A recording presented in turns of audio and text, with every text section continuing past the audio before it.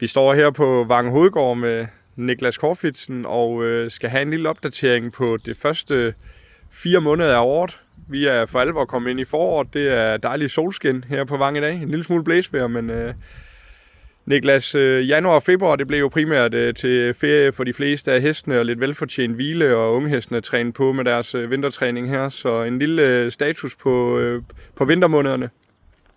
Jo, men som du siger, så har det været lidt begrænset med antal starter.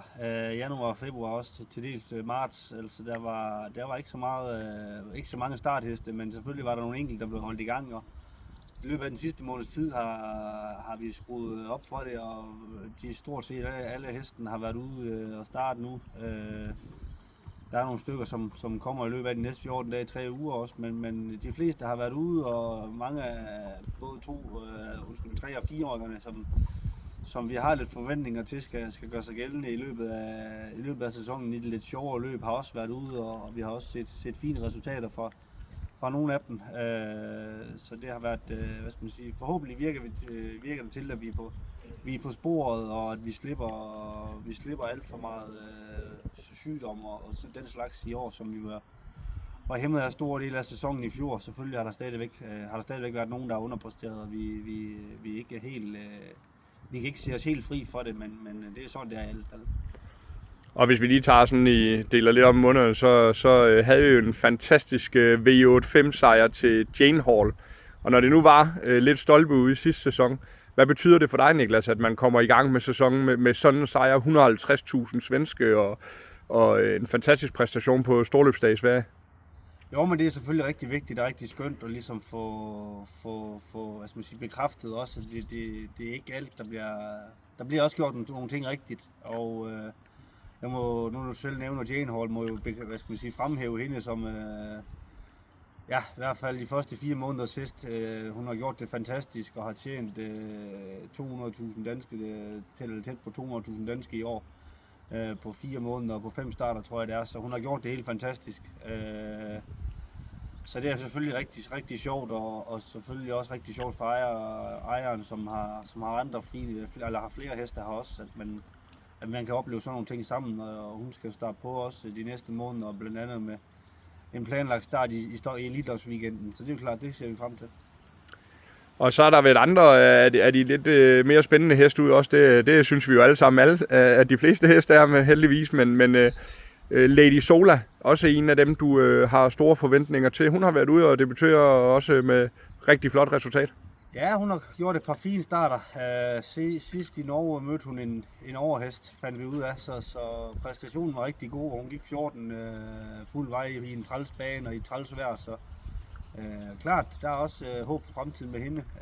Så hun er lige under de bedste endnu, men har en håb og en tro om, at hun udvikler sig med nogle starter her, og jamen, hun har ikke mødt de bedste endnu, så jeg glæder mig til at skal have hende ud. Får vi se, om det bliver formentlig Aarhus, hun skal møde den første gang, så det får vi se, det bliver spændende.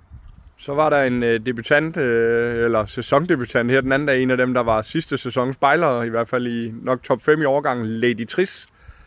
Det blev udvendig position på den førende, men hun strak på sig, da det galt, til en meget flot sejr. Jamen, hun var super fin også, havde en god fornemmelse inden løbet med hende. Hun har trænet godt hele vinteren og har udviklet sig også i kroppen. Så blev det, som du siger, udvendig position de sidste 1500 meter, og det havde jeg måske ikke lige håbet, at det skulle blive, men havde vel en tro på den, jeg kørte derud, at jeg skulle have lov at overtage spidsen, men sådan blev det ikke, men jeg synes absolut, at hun gik et godt løb, selvom tiden ikke var noget voldsomt. Jeg synes, måden hun gjorde det på var mere end den tid, hun gjorde det på, så klart, hun gik med 4 sko og et åbent hovedlag. Der er også nogle ting at file på til de næste starter, og hun starter formentlig i Sprintermesteren på Fyn om 3 uger, så som du siger, en bobler til, hun er måske ikke i top 2 eller 3, men hun er lige under de bedste, og absolut en hest, jeg forventer, at hun deltager i de fleste af de store løb, det gør.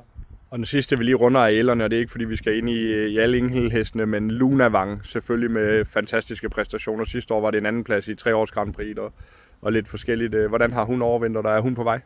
Hun er på vej også, og var egentlig planen, hun skulle være ude i fredags også, men har ikke været 100% tilfreds med hendes, hvad hun har set ud i kroppen, og derfor venter jeg lige, jeg beslutter lige at vente en 14 dage, 3 uger med hende, og forhåbentlig fælder hun ordentligt af til det, og så er det jo også, som du siger, hun var også lige under var i toppen af årgangen i fjor, men har vel, en formodning om, at hun måske ikke har udviklet sig så frygtelig meget, men vi håber og selvfølgelig og tror, at hun har udviklet sig lidt, og forhåbentlig har hun nogle egenskaber. Hun er utrolig hurtig fra start og kan sidde med og tjene nogle fine penge på det.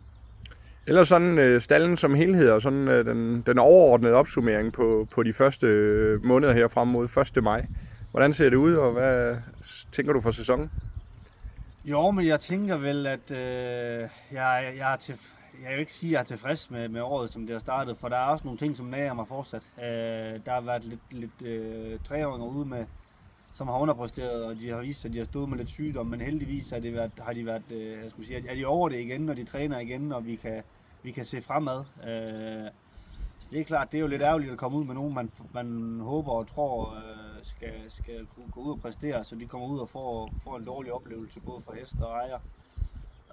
Så selvfølgelig er der nogle ting, man kan gå bedre, men jeg synes også, at vi har haft nogle fine måneder, og har jo også en formodning om, at at de heste, der kommer ud nu her, resten af sæsonen kommer ud og leverer. Så jeg håber og tror, at vi skal få en fin sæson. Så runder vi lige det store anpartsprojekt, Stald Store Drømme, som jo har været med heroppe i et års tid nu, startede i januar sidste år, og nu kommer Mind Games i sæsondebut på fredag i Odense. Hvad kan de forvente sig af den anpartstallen her? Jo, men de skal forvente sig, at hun gør et godt løb i hvert fald. Hun har været fin efter prøveløbet, har været et smut forbi dyrlæge, men har været fin efterfølgende, og I kommer ud med en hest, som er godt forberedt. Hun er en utrolig stærk hest, som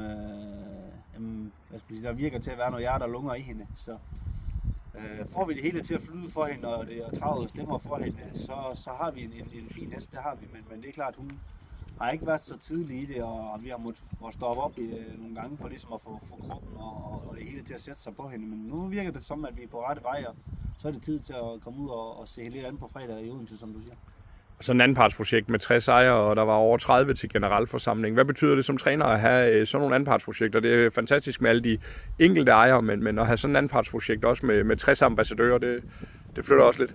Jo, bestemt, og jeg er glad for, at det gik så godt med at få det sat til verden dengang.